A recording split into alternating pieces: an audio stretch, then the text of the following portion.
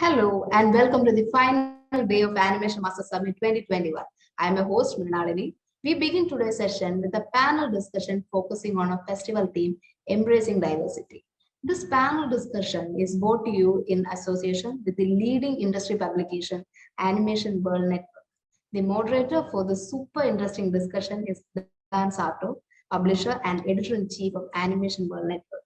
And he will be introducing his fantastic panel, including Brian Dimas, Jinko Goto, Mansi Darbar, and Monica Lago-Kitas. Dan, this virtual stage is now yours. Good morning, good afternoon, good evening, wherever you may be. I'm Dan Sarto, co-founder and publisher at Animation World Network. You may know us as AWN.com.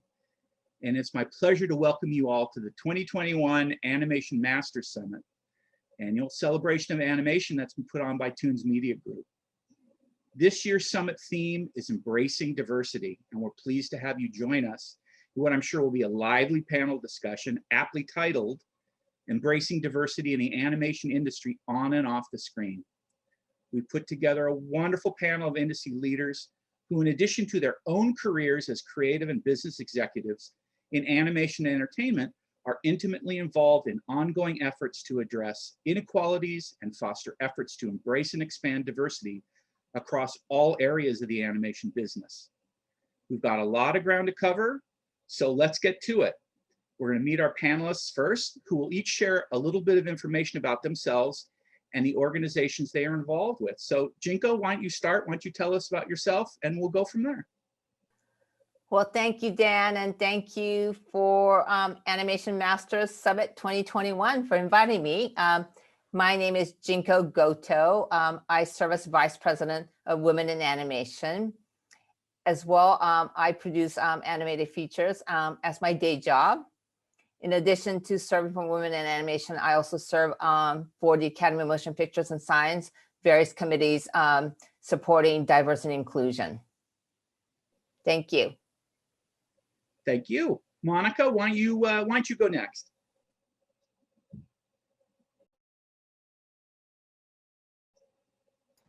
You got to unmute yourself. Are we going to edit this? Hey, we didn't hear any of that. No, we're good. You're good. That was awesome. Hi, everybody. Hi, everybody. I'm Monica Lago-Kitas, and I'm a producer and CEO of Frogbot Films, which is my production company.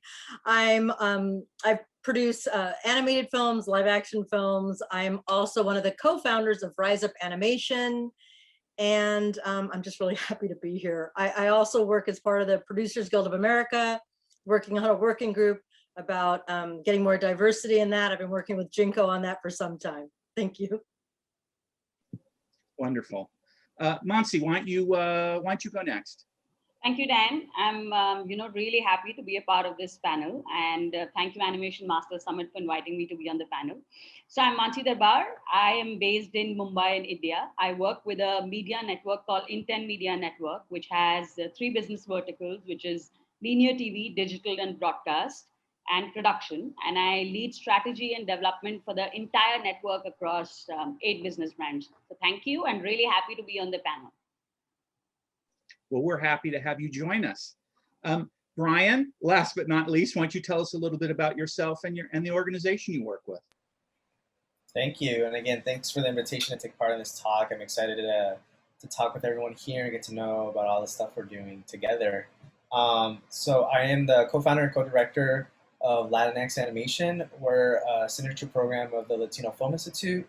Our mission is pretty simple, empowering diversity in animation from page to post, and we do that in a variety of ways by programming events, Q&As, talks, and everything in between to help educate and inspire the next generation of animation filmmakers. And what do you do in your day job within the industry? I'm also an associate producer at Warner Brothers Animation as well. So I work on a variety of projects that I can't talk about. I'm sure it keeps you busy. One of the things I always like to do when we're talking about something really broad that requires us to pay attention both as I like to say, from a 30,000 foot level, as well as, right alongside it. I always like to kind of define a bit of what we're talking about, so we all have some common context by which to discuss key issues. So there's certainly a considerable amount of media coverage surrounding the word diversity when it comes to entertainment. We see efforts to confront workplace harassment, gender and lifestyle discrimination, inequalities in diversity within creative and executive studio leadership and representation, lack of diversity in hiring and talent development.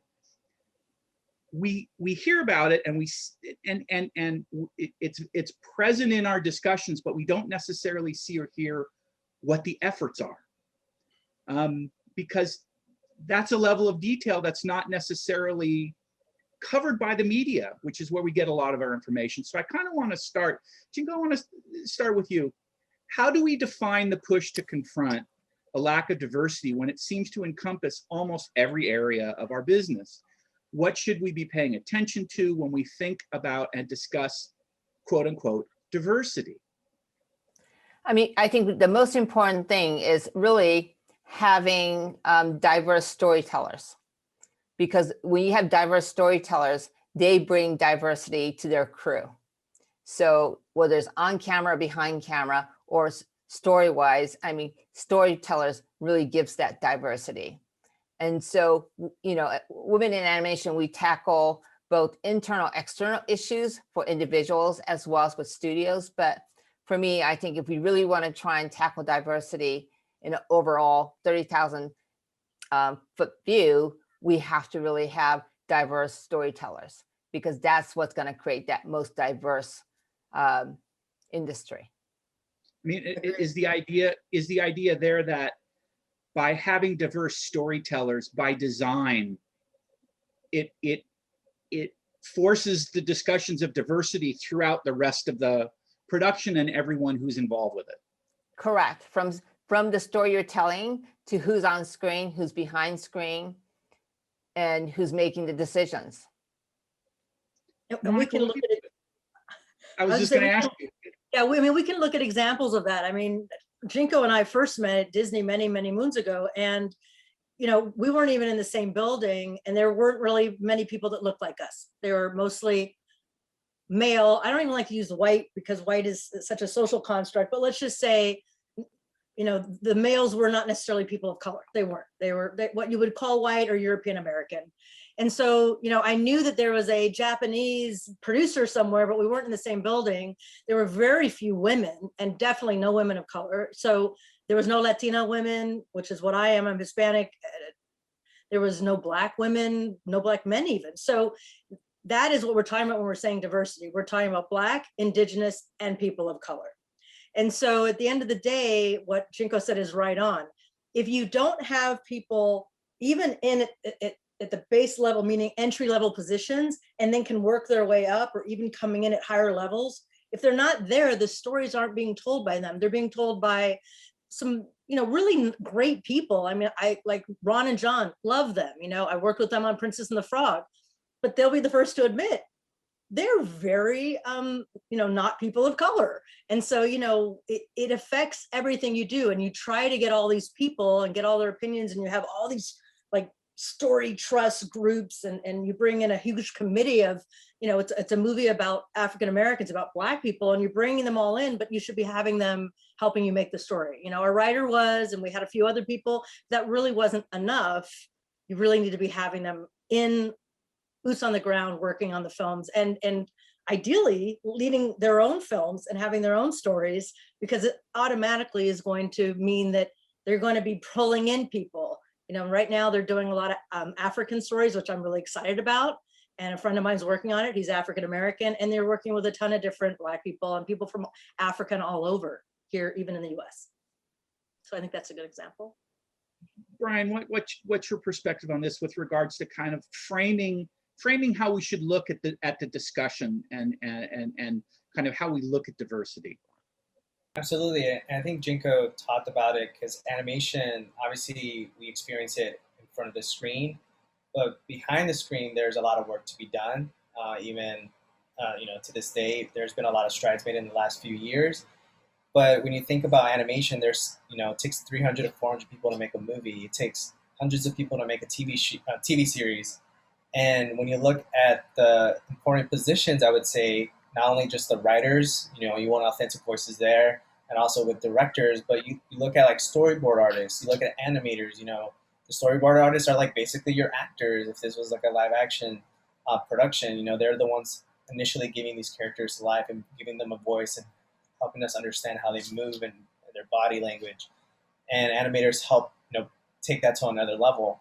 So I think it's finding these authentic storytellers and these people of color to put in these positions where they can make an impact, and also just removing, historical barriers that have prevented people of color from entering these positions in the first place, which, all of our organizations do similar things, but it starts with education. It starts with opening those doors and helping, younger filmmakers and people that otherwise have never had this opportunity to understand what it takes to get through that door. Nancy, I want to drag you into this now. I've been in the entire time I've, since founding AWN back in 1995 and going online in 96. I mean, we've have struck up friendships and professional relationships with folks all across India in every area of animation, and then certainly as visual effects became more prominent. And I mean, it seems to me, and when I was in India at an event a couple years ago and just meeting, in pitch meetings and such like that, there's as much diversity from a language standpoint, from a religious standpoint, from a regional standpoint in India, just within the people that have been grown up and raised in India, let alone anybody who's come to the country, emigrated to the country. How do you frame a look at diversity, and kind of similar to what we're talking about? How do you frame that kind of perspective in India? So Dan, you rightly pointed out that India has always been a land of, diverse cultures and religions and customs, right? We've been a land of religions and cultures with Jainism, Buddhism, Hinduism, Islam, and so on, right? But I think what is really important, and like Brian pointed out previously, is that you got to focus on the entire concept of diversity off screen, right? I think it's very important for people to acknowledge and accept the fact that there is a concept called diversity. And once they consciously do that, only then will they include it, right, in the patterns and consumptions. And then it will reflect changes of patterns in the society and in our daily jobs and what we're doing. I think that's really missing. We all talk about the concept and we are aware of the concept, but to consciously accept the concept and then bring about changes in your daily job or your daily work environment, or the group of people or the larger group of society that you're dealing with, is somewhere missing. So that really needs to be worked upon. Yeah, and I think another way to define diversity is being inclusive, right? Bring everyone to the table, let everyone to be part of that community of collaboration. So when you have inclusivity, you are creating diversity. So that is another way to look at diversity. Agreed. I also think that people can, if you're thinking about it in those terms, think about also potentially hiring people that don't necessarily look like you do. Because I think a lot of the hiring that's been done, over the years, and what we're looking at even today, is that people tend to hire what they're used to.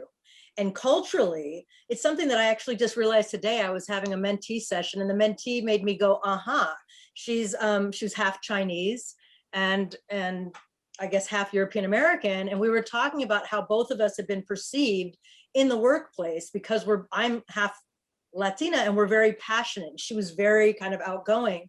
And that's not necessarily how a lot of, you think of Americans as being really kind of outgoing because, when you think about them in Europe, but the truth is they're descendants from the British and all of that. And so there is a different kind of behavior that's expected of us and not necessarily is open to other cultures. Mm-hmm. And I know that I've faced that because, you're different. Oh, so that you're maybe not easy to work with because you're different. And that's what I think we need to move away from and be, like Chinko said, inclusive, but really looking also at people that look different from you and have different backgrounds. Like, look at the table. When I'm hiring, I'm looking at people and going, wow, these people are both so equally great. What is it that I have that I need to add a voice to this table? Oh, I have a lot of females, maybe I need a male, or I have a lot of people from, I want to pretend and say Latin America, but I don't. So a lot of white people, and it's like, okay, let me bring in, oh, this Black person, yeah, let me bring her in, you know, because you want that. That's diversity. Yeah, but that is something you have to do consciously. It's not something that happens unconsciously for most No. people. You're correct. And- And At least not people now. get tired- At least not now. No, not now. And even though there was a huge movement, I mean, our organization, we has been around for a long time, and Latinx has probably been around a little bit longer than us. But we started in the midst of, you know, COVID, and specifically with the murder of George Floyd and all of this unrest and wanting to do more. And so people get very fired up about that, but then they become complacent again. And that is what we have to really try to break down those barriers. Yeah, I actually totally agree with you, Monica. You know, the current organization that I'm working at, you know, in 10, we've consciously made this, you know, we've worked on this consciously called gender diversity, and we've got about 40% women in the network and 60% men, right? So we are consciously working on that ratio. So you have to keep working, and you don't have to get complacent about it and take it easy. But I also do believe that you have to be authentic about how you're doing, how you're being conscious, right? Yeah. It's not for the sake of diversity. It has to be authentic because we are creators, and we want to tell authentic stories. So, you know, many years ago when I worked with Mark Osborne on The Little Prince, we said, every shot of this movie has a little girl. So again, you look at the animation pool back then, and even today, most feature animation animators are not girls. They're mostly boys. But we said, in order to tell this little girl's story, we've got to consciously make that decision to hire as many girls as possible. So we brought in girls that, you know, women that had very little experience, but it was really important because every shot was about this little girl. So again, you know, it was a conscious decision, but an authentic decision. And I think, you know, as much as it is important to do diverse, to keep our crews as diverse as possible, but I think we have to do it in an authentic way. Otherwise, you know, otherwise it's a checkbox. So we're not trying to just check. It becomes a checkbox, you know, and that's what I'm afraid of right now, is that because there's so much need for diversity that it becomes a checkbox. And so I want us as creators and filmmakers to be really conscious about that and truly be authentic about it. Yeah, I'm sorry, Dan, you're muted, but I was just going to say that I couldn't agree more. And it has to be very intentional. Like, I do also think that if you're hiring people and you're just putting them in jobs, then you may be setting them up to fail and not succeed as well. And so it really is about, just being. I was gonna say the same thing, Monica. It's especially for, you know, people of color that, you know, a lot of us are based in LA for the animation industry, and a lot of us aren't from this area as well. So, you know, for people of color that are coming into this industry with, like, you know, no resources and no knowledge, you know, just coming with a dream, and when they do get this opportunity, it's, you know, making that investment in that person and their career and helping them grow as a professional in this industry, because the worst thing that could happen is setting someone up for failure, and again, just accidentally proving the point that we don't belong when we actually do. Exactly. And that the idea of not of you know, sustained change can't just be check boxes. Even if it starts with, even if it's made easier for some folks by using check boxes, it can't be sustained, which leads me right into my next question. And Monica, I want to start with you. Sure. How are your organizations, what are the organization's priorities, and how are those priorities helping to work to address these issues and to help make sure that it's sustainable and it isn't just check boxes? Well, I would say I can only speak for my organization. Even though we do a lot of a lot of collaborating with women in animation and Latinx now, and also Black and animated. I love the fact that all of our organizations are being put together because I think it makes us stronger. But Rise Up Animation, our primary business is basically feedback sessions. So we provide a 1-hour feedback session to a mentee. They have to be BIPOC, so Black, Indigenous, or a person of color. They can also identify as mixed race, like I am, but they have to be they cannot just solely identify as white. Otherwise, this program is not for them. And then we pair them up with a mentor that's an industry professional. It would be wonderful if the industry professional, we could match them up if it was an African-American mentee with an African-American mentor, but we don't have enough. I mean, the truth is most of our mentors are, I mean, it's getting better, but a lot of them are, you know, white. And so they want to give back. And so we basically look at it like we're giving them feedback on either their portfolio or their resume. We do panels, we collaborate with studios. We're going to be doing outreach and going into schools in the future. And then ultimately we want to do in a few years, like WIA is doing, because WIA, Women Animation really is our mentor as an organization, as a nonprofit. And, you know, they're doing scholarships. And so we want to be doing that as well. And there are a lot of barriers. We talk about, you know, a lot of the diversity we're talking about are people who are not necessarily from this country. And so Rise Up Animation, even though we're US based, our mentees are all over the world. We meet with a lot of people from India and everywhere, you know, Indonesia and stuff. And, you know, India is great because they have such an amazing animation community, but there's other places that don't have much at all. And so it's about how do we find ways and how can we give them maybe a scholarship where they can be learning stuff online too. Brian, what about with you? Yeah, you know, and Monica mentioned something too. Like again, Latinx animation started a few years ago, and at the time, really, to us, the role model was women in animation because they were at the forefront of, you know, making change in the industry, and they were really one of the few organizations out there really being vocal about the need for change. So when we started, you know, it started very organically as a community organization, and from there, it's kind of grown into what we always wanted to do, which is a lot of education and putting a spotlight and also connecting the studios and like demystifying this myth that there is no Latinx talent when there's 100% Latinx talent. So we provide the resources to studios, to recruiters, to anyone that's looking for talent that's Latinx or even people of color. Like we have that information ready to share. But we're also part of a larger nonprofit as well. We're part of the Latino Film Institute, which was founded by the actor and producer Edward James Olmos. And we're one of 3 programs. So we also collaborate closely with the other 2 programs. You know, this week we're announcing a really exciting programming that we've been working on the past 6 months with the LA Latino International Film Festival. And we also work closely with the Youth Cinema Project, which focuses on teaching filmmaking education in public schools.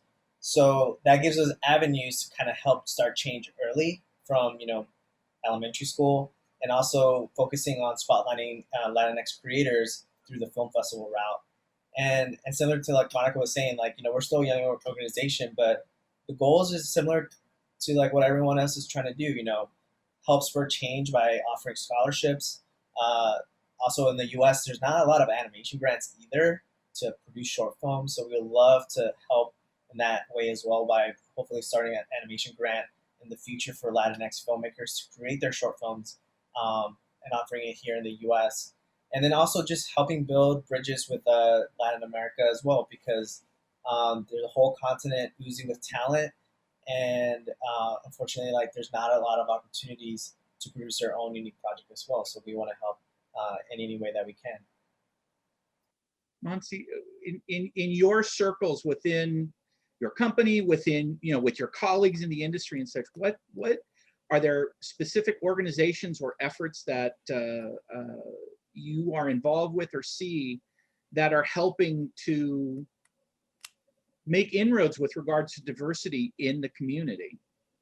Dan, like I said, you know, it's this is a concept or this is a subject, you know, that we need to consciously and in a very mindful way, you know, embrace and make and work on programs. Currently, with as far as the company, the organization that I'm working with, you know, as I mentioned previously, that we are focusing on, you know, gender diversity. Of course, keeping in mind what Jinko said previously, that there are also the other factors, right? So we are very conscious about the fact that there's talent and experience and the other 360-degree factors that take place.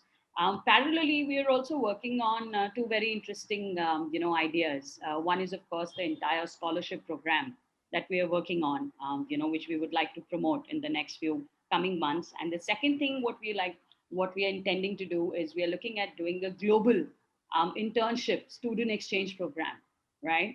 To encourage this entire concept of diversity. So we have people from different parts of the globe, coming in and doing an internship with us. So that is something we are working on. We already had someone back from China, last year, who came and worked with us in the organization. We're also working on this aggressively now. Parallelly, as far as organizations are concerned, specifically, who are working towards this, I think that is something, Dan, I would take away from, this panel while speaking with you, that maybe focus and, work across, and put together a group who works on this. But there is something called, WEF, which is Women Economic Forum. That's a forum that I've recently become, a national president of, and which will work for the upliftment of women in the workplace and making sure, how they are treated and, with better opportunities. That's one of the things that actually that I've just come on board to work for. That's awesome. Jinko, I want to ask you, with when you and Marge and a group of your colleagues kind of really, I won't took over. I don't even know what the right phrase is, but when you really invigorated women in animation, it's been a number of years now. And I know, the 50-50 by 2025 has been one of the cornerstones of your efforts, but it seems like the whole agenda has really expanded to embrace a lot of different things recently. How is women in animation, and of course, everyone looks to you and women in animation, as you guys have been saying, and rightfully so. What are you guys doing? What can you point to with regards to how you're helping address some of these issues that we've kind of defined to begin here? Well, first of all, I'm really, really grateful for the collaboration that Rise Up, Latinx, and all the other organizations has, provided women in animation, because it is a group effort. When we started, it was really representing women, but it's really, we are an organization that represents the underrepresented. Women are just part of the underrepresented. So for me personally, it's not just about women. It's about really BIPOC people and people with disability. I mean, it is really about how to create that most inclusive community for our industry.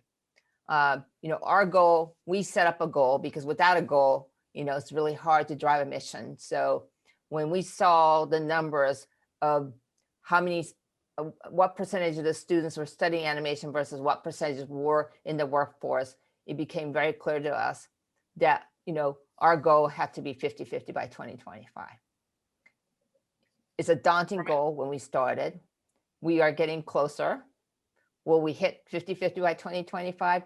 We live by this day and night, but it is really about creating this community where we're bringing all the underrepresented working together to create a much more robust and inclusive society, inclusive community and industry. So I think one of the pillars for us is that our mentoring program that we're very, very proud of. And again, thank you to Latinx, Black women, Black and Animated, Rise Up, and all the other organizations that became part of our mentoring program. Is that, I think, everybody needs to see what they can be. So to create these mentoring circles that which we really focus on with our mentoring groups, is that we create communities, a place of safety where like minds can share their challenges, their wins, their failures together in a safe place where it's outside of work or outside of school, so that they can build a community and feel that they belong and that they have bonds once, the mentoring program is over, but it will be a lifetime bond that will allow them to continue to grow and aspire and live out the dreams that, they should all have. So I think, we were just early. And, again, I'm fortunate. We're very, very fortunate that there's so many other organizations wanting to get behind this. And without everyone, we wouldn't be here. Sorry, go ahead, Dan. I was just going to say real quickly, from my perspective and watching women in animation for years now, one of the most amazing things that, of all the things that you guys have done, you have been, the success you have had in bringing people within the community into a group to help mentor others. It is such a critical thing, that breaking down that barrier between people who all they want is a chance in the industry, but it's out there. It's not reachable necessarily. And to have people bridge that gap and really help them understand, you know what, you can do it too. I did it, you can do it too. It's been a tremendous thing to see. Monica, please continue. I was just going to say that I actually joined WIA, as a member, I think in, 2015 or 16. Like I came out of I had gotten cancer. I came out of that experience, and all I cared about was women and people of color. I was like, I don't know what it was. Maybe it's the near-death experience where you're just like, I'm not going to take it anymore. I remember joining WIA, and it was right before, you're right, this group of women executives took over. So it was like the older guard, so to speak. And to see the change, and I think what they've done best, like, you're asking for, like, what can we look to? And just the fact that they were able to get so many people behind them and become what they are today, that's like a beacon for people. We can't force people to hire people, right? Like we say at Rise Up Animation, we can't guarantee jobs to people. We can prepare you. We can make you feel very confident. We can get you maybe in front of a recruiter. In fact, that's one of the things that we can do, is if somebody is ready, part of our program is our mentors will put them up on we have an air table that we share with recruiters from the top, all the studios, some small, but mostly the big ones. And I'm happy and really proud to say that 1% of our people have been hired. Now that seems small, but when you think about, we have about 2,500, mentees, about 30 of them have gotten hired. That's 30 more than were before. So, it starts small, but I do believe that together, that's how it's going to happen. And I think people aren't going to be able to look away. They're going to be like, wow, yeah, we're not putting our what is it? Our money where our mouth is. I don't know this. I'm so bad at saying. Right. But really, it's like, they do the work, so anyway, I think that's part of it. Brian, I want to start and direct to begin with. I want to direct this question at you to begin with. My mom always told me that criticism is a low-level skill. It's easy to sit by the side and just kind of shoot arrows at things, and I'm as good at that as anyone. But at a certain point, it's kind of like you can talk about stuff and you can be critical about things, but that's not the only part of the story. You all have been kind of talking about some of the successes you've had, but let's focus on that a little bit. And my question to you is, what are some of the positive signs? Because it's easy to look at what needs the change, how early it is in the game for fundamental change, but what are some of the positive signs that you are seeing, not just with the successes you are having with your own organization and with these groups, but that you kind of see out there? Are there things that you can point to say, it does seem like there are some positive signs that we can all point to, that change really is happening, is beginning to happen? Yeah, I want to say first that the way we track this change is with data. And a lot of this criticism I would say, is probably self-inflicted for a lot of these studios or production companies or movies, because yes, we can put a spotlight on them and we can be vocal, but the data doesn't lie, and the data is there. And there have been a lot of studies in the past 5 years from, UCLA with the Hollywood Diversity Report, with USC, and they did a study with WIA as well, and also with NALEAP. So again, the data is there, And going back 5 or so years, it was abysmal across the board. And a lot of the times, a lot of these bigger studies tend to not necessarily take into account animation. So for the most part, animation is, the data isn't 100%, but we see it with our eyes, we know it. We've all been in the studio system as well. We've all worked in these places. But again, like Hollywood Diversity Report just released their latest report. And again, it was abysmal for not just for across the board for everything, but for Latinx, and this is mainly focused again on live action, but for Latinx people on screen, creators, directors, very, very low. And again, when you take into account the data, you're always looking about, at least for the US population as well.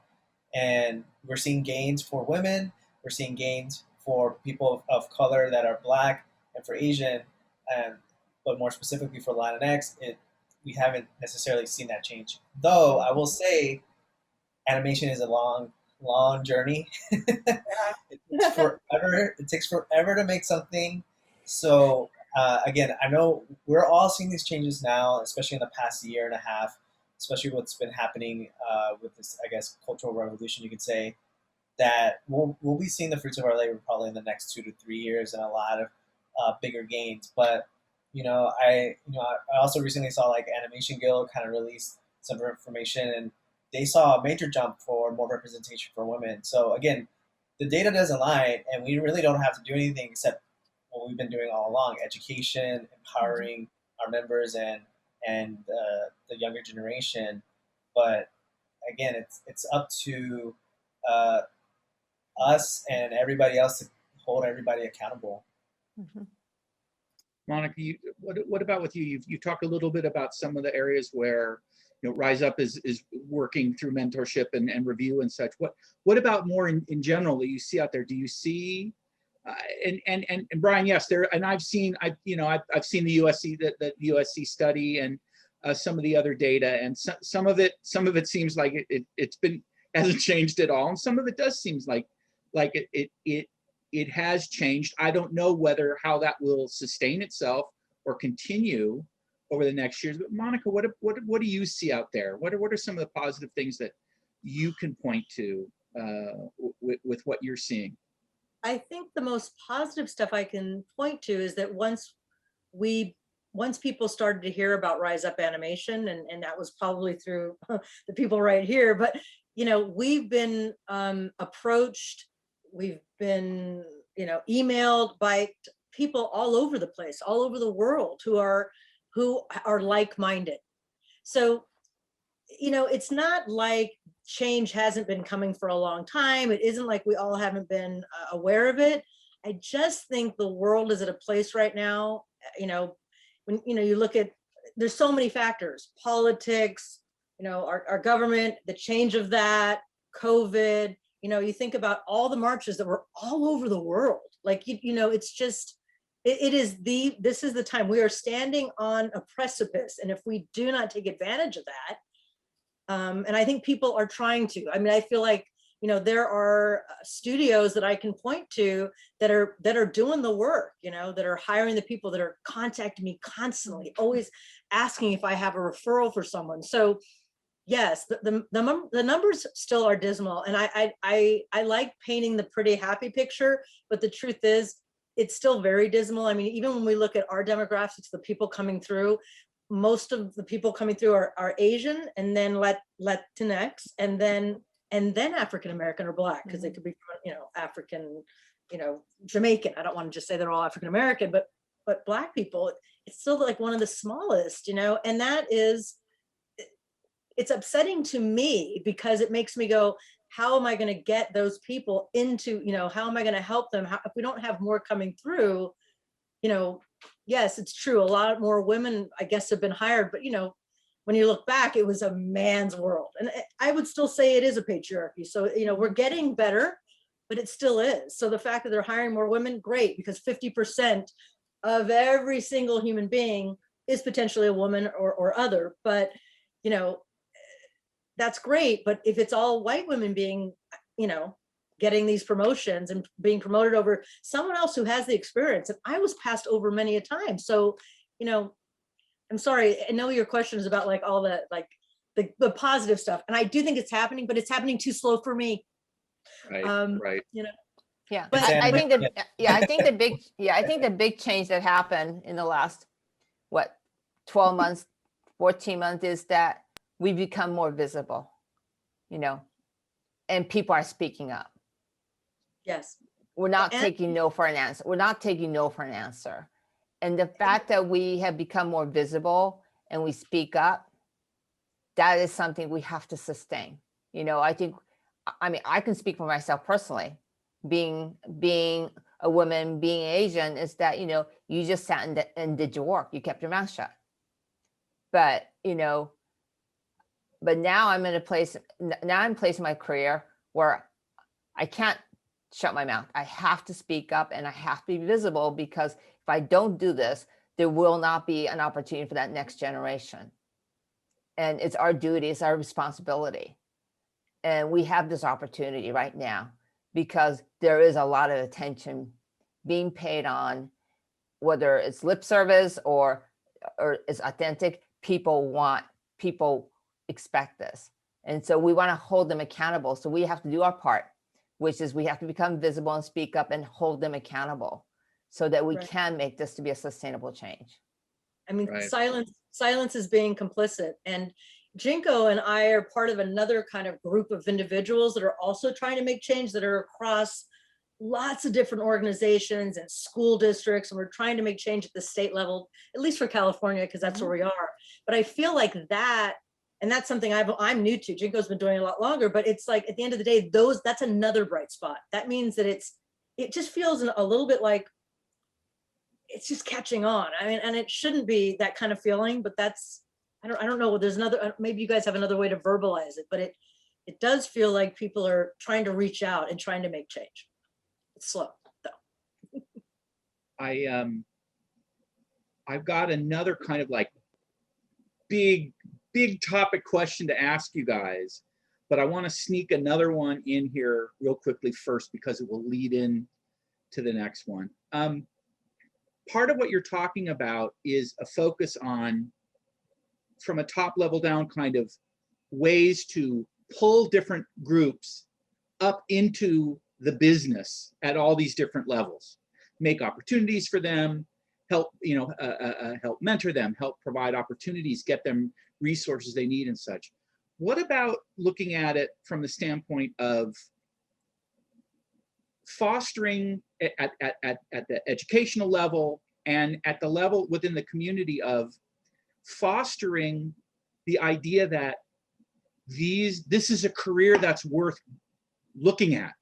So pushing from below, so to speak. I don't quite know how to phrase it, but the idea that it's one thing to want to pave the way for folks that are there at the door. It's another thing to create the aura.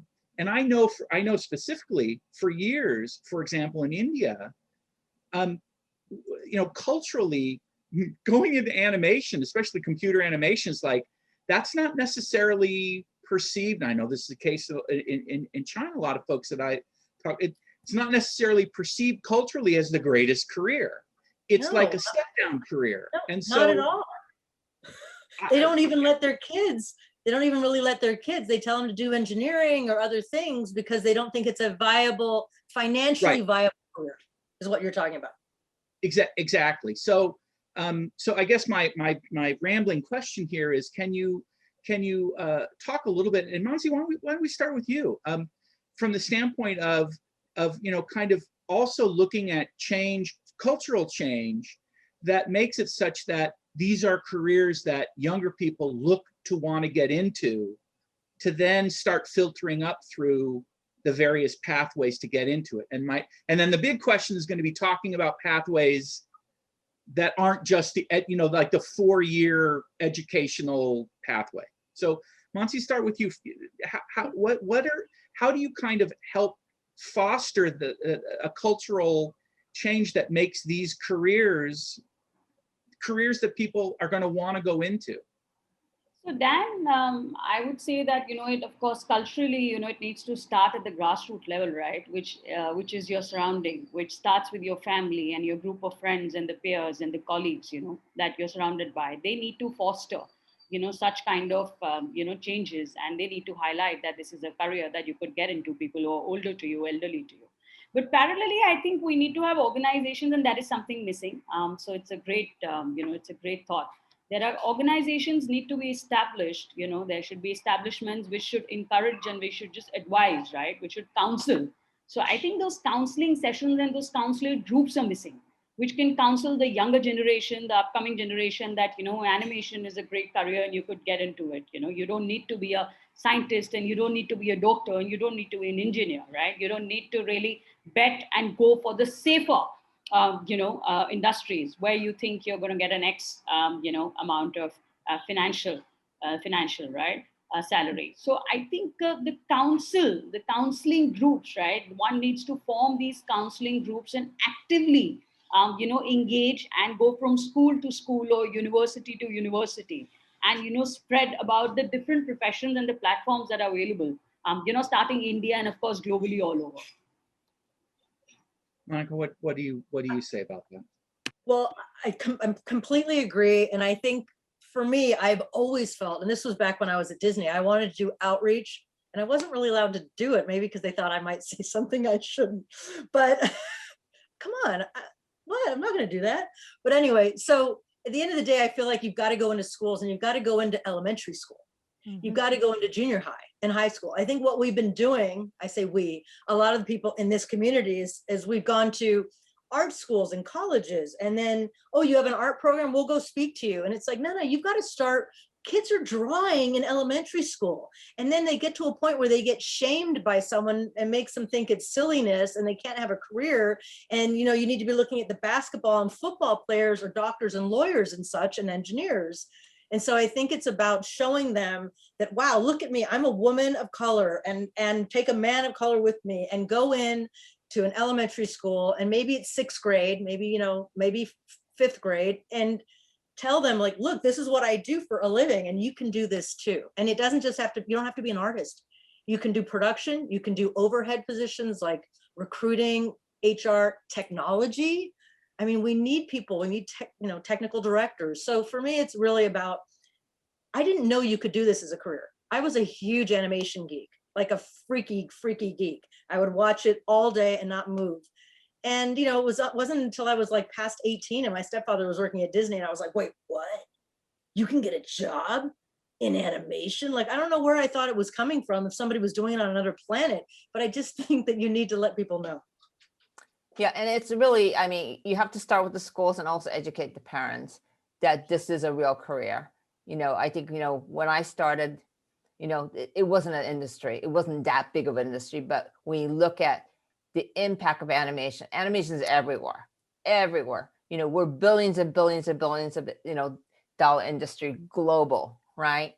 So there is a job if you're passionate about animation, and you will make a living. It's, yes, it's different from, going to law school or going to medical school or being a teacher or being a nurse. But I think, we can create those career pathways. So working with, one of the things that, we're all trying to do together as an organization now is trying to find pathways, especially for kids that can't afford to go to an art school or animation program. Because if we want true representation, we can't just be focused in art schools and animation programs, because unfortunately that's for the privileged kids. So if we want true representation, we got to get into and really, educate and give skills to high school students. But we got to start earlier, like Monica's saying, where we're influencing kids in elementary school and getting their parents to understand that there is a career path, and getting them into that program and getting to that pathway so that, we can get them into the industry. That is the way we're going to get representation. And I want to go deeper into this. I just want to, as an aside, in my work at AWN, in interviewing, animation directors and VFX soups and all these top people for years, one of the most intrinsically interesting things that I have in the conversations is asking them what their path was to get to the place they are. And everyone, for years, almost never was it they came through a four-year program, a formal program somewhere. They came from engineering, they came from film, they came from computer science, they came from English literature. Literally, they would come from everywhere. And I think that's part of what has always made the animation community so interesting, just foundationally interesting. So to come back around to this, and Jinko, I go back to you, and then we'll open this up for discussion. Education is expensive. My youngest daughter is just going into the 5th year of a PhD program at Columbia, and education is expensive. So, and it's not necessary. Aside from the fact that it's not necessarily affordable, it's not necessarily practical in a lot of ways for a lot of people. And there are those, I think, that would say that it's not necessarily in any way, shape, or form a prerequisite for being very successful in the industry. So with that as a background, and Jinko, what you were saying, what are some of the pathways? What are some of the ways that you see? What are some of the ways that you counsel? And what are some of the pathways that you would like to see more of that are outside what we would kind of consider the 4-year college degree, professional program degree? And I don't want to downplay those. That's one pathway, but there obviously have to be and are others. Yes, and there are. And I think recognizing that and supporting those pathways, Monica is part of this group. There's a group of us that's working with the California Department of Education, where we're trying to get a certified program for high school kids coming out of high school, whether it's VFX, gaming, or animation, where there's going to be a curriculum where if they pass that curriculum, they will get a certificate that then will be validated by the state, by the Department of Education. And then we're going to get our studio partners to buy into this, that if they get the certificate, give them an internship job, give them an entry job, and then once they're in, he or she or them will figure out their pathway, because all of us have a different pathway of how we got to where we are.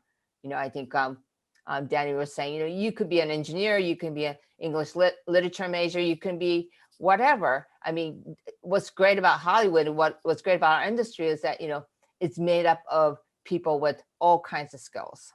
So I don't think we have to narrow ourselves in saying you have to have a degree from these schools. You can get into this industry coming in from high school. And that's one of the things that we're dealing with in the state of California.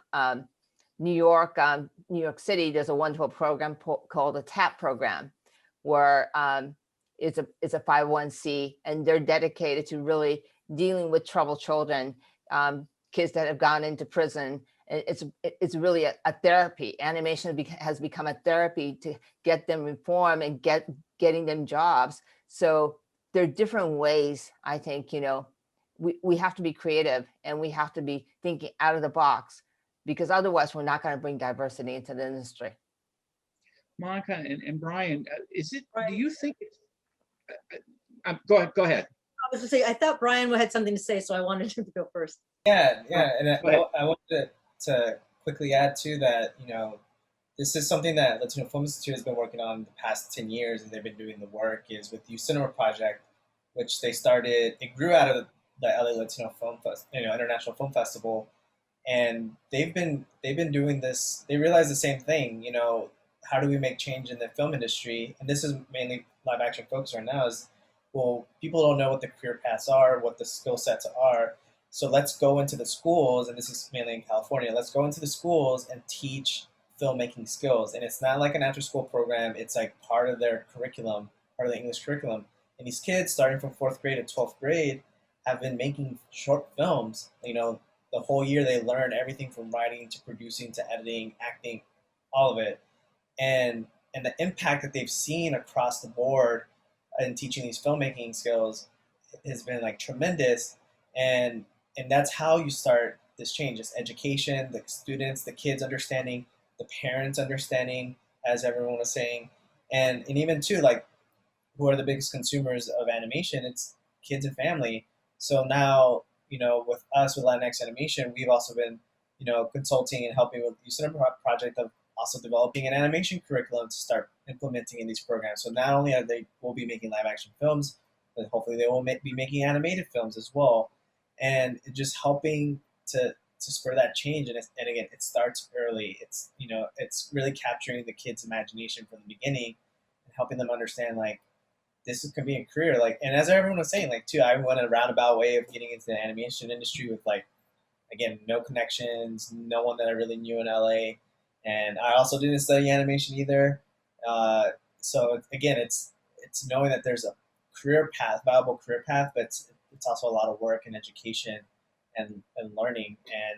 And I have always, Magdala, who's the founder of Latinx Animation, she didn't even go to college as well, but she was so passionate about animation, and it was the same thing. We just want to make it easier for others. And I think Jinko, Monica, everyone here is just like, we know how hard it is and how much work we've had to put in to, like, get to where we are now. We're just trying to make it easier for everybody else. Right, right. And I would just like to add that I remember, there was a time clearly when, like, maybe our parents, didn't all get to go to college, or maybe it was our parents' parents, but there was a time where that wasn't always a prerequisite to be a great employee. People made amazing strides in their careers without that. And then it became like, oh, no, you go to a 4-year, you get your bachelor's, and then it became MBAs. And as that changed, and as people were going to those schools, it's like the people with the jobs would be like, well, that's the minimum. We need at least 4 years. And it's like, that's not really required for an artist. Some people are just born great artists. Some may not be, but they can be trained, and they can be trained online, going and studying, they can be self-taught. Like, I'm not saying there's no reason to have a 4-year degree by any means. I'm just saying that it shouldn't be an obstacle or a barrier to entry, especially I feel like for the arts, because it's one thing maybe if you want to be a manager and you want to be a CFO, and if you don't have enough experience, but maybe you could just learn on the job too. So I do push back on that. I remember, because I didn't know, like Brian, I majored in international marketing. I love other people's cultures. I wanted to travel the world, and never thought about entertainment, even though I was born in Hollywood, but it seemed even too far for me to think to grasp. So imagine all these other people that don't even live in this country or in this state, or in those states that do a lot of animation. And I think also with COVID, people are realizing animation is such a viable business when a lot of other things closed. And like Jinko said, if a parent is excited about a child being a teacher, which is one of the, I think, most noble things to do, and they should be paid way more. But right now, you can be a production supervisor of a department and make more than a teacher makes. So you can absolutely have a living. And I think people don't know that, and they need to know. And even taking it further with our parents is, you can even be a lawyer in animation. You can be an engineer in animation as well. You can be a doctor. Right. We're not there yet, but Yeah. I'm sure soon. One last thing, Dan, I apologize. I was just going to say that I was just talking with a college. I'm not going to name names, but they were asking me about their animation program and some thoughts I had. And one of the things that I realized is there are a lot of film courses, right, tracks and animation, but there are very few to almost none producer tracks. You pick up a few classes, but like, to be a producer, people are like, what does that even mean? So I think that's a big problem as well. But sorry, go ahead. Absolutely. What I was going to say is, in the last few minutes we have, I want to build on what we've just been discussing, because for folks that are tuning in and watching this, I want to kind of leave them with the idea that animation is just such a really difficult medium, and everybody in it, I don't know anybody that doesn't work their behind off at every level on any type of production, and in fact that's why it's such a great community, because that's just like a shared thing. It's like a shared, masochism, so to speak. So my question to you, is it safe to say for people early in their careers, or they're in school, or they're looking at you guys, they're looking and listening to what was just discussed, is it safe to say that one of the things about the animation community and about the business is that if you've got the chops, you got the chops. If you can do it, it doesn't matter in a way how you got there. What matters is that you can bring it. And if you then try and take advantage and learn from folks like you about how to come in, how to try and intersect with the industry at these different levels, if you get in front of the right people and show that you can do it, you'll have a chance to make a career in anime. Is that fair to say? Is that fair to leave people with? I think it is. I think it's a fair, very fair assessment. I mean, it's hard work like anything in life, right, to succeed. And I think it takes a lot of passion, it takes a lot of persistence. I mean, you know, there's a lot of rejection if you're an artist, because, you know, you can be a great artist, but if it aesthetically doesn't fit what the filmmakers are looking for, you'll get rejected. And you have to be okay to fail. You have to be fearless. And, you know, it's not easy, but no, life isn't easy either. But I think if you're passionate, you know, and you work hard, it will pay. It will pay off. It will definitely pay off. Yeah, I just feel, Dan, that, you know, if you're passionate, you got to take the first step, right? It's just about the first step. Once you take the first step, the rest of it follows. And the rest of it is history for a lot of us here. So it's just that first On step. that way. And what they say, the longest journey starts with a single step. I mean, it really is a step and then another step. I would even go so far as to say, even if your entire journey is not easy, mine hasn't been easy, even though I got the opportunity, but partly because of, again, a cultural, you know, difference between me and the others. You still need to push through, because if you care and you're passionate and you love it, you know, even if it's hard, yeah, it's so rewarding. And to your point, yeah, it's everybody shares it together. That's the thing about animation, and you know, you experience it on a live action set while you're shooting, but then everybody kind of moves on, and then you kind of lose. You sometimes, if you're not working with them again, you kind of lose that, and it's a much faster experience. Animation can take, you know, anywhere from 2 to 7 years to make a movie, so it's such a longer experience. And it's not even about what the movie ends up being or whatever the material is. The audiences are going to like it or not. At the end of the day, it's about the journey with the people you're working with. So yeah, I think it's worth it.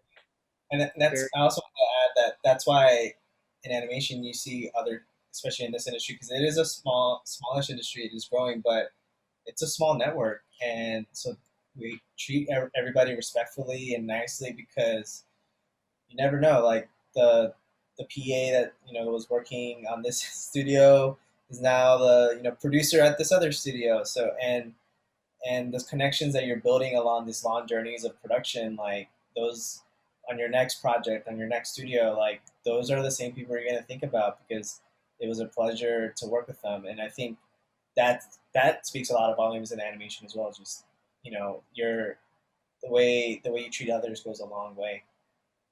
You're right. You're right, Brian. And the best compliment is when someone says, I would work with you again any day. Because at the end of the day, you're like, you know, it was hard, but they would do it. That's amazing. That's a wonderful feeling. Yeah. That's words well said. I kind of want to leave everyone just with the thought that from my perspective in the media, on top of all, you know, as everyone is working so hard to expand the industry and expand opportunities, it feels to me like we're in an unprecedented time of an explosion of the animation business. And part of it has come by productions that could get made through the pandemic, but really with the increase in the streamers and just the viability of animation more and more being used as a storytelling medium across lots of different genres of stories, not just cartoons for kids, I think the time couldn't be better for people who are looking to get into this industry to look ahead and think there are going to be opportunities. Animation is everywhere, and it only seems like it's increasing.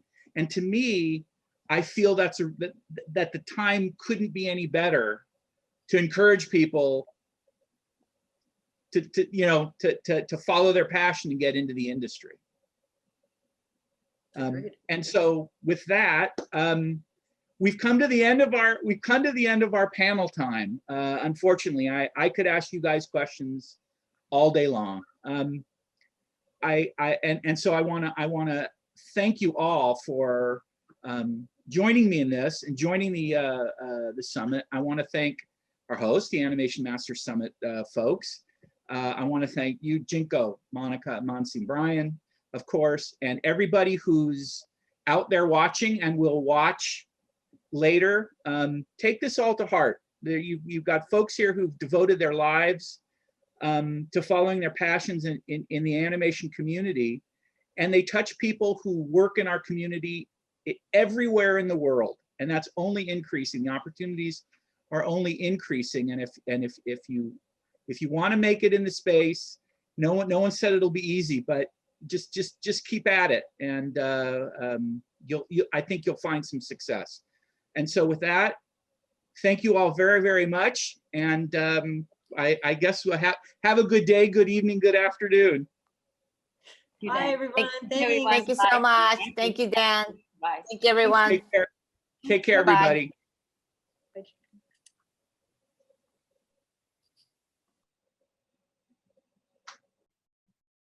Thank you, Dan, Brian, Jinko, Mansi, and Monica for taking the time out to give us your amazing insight.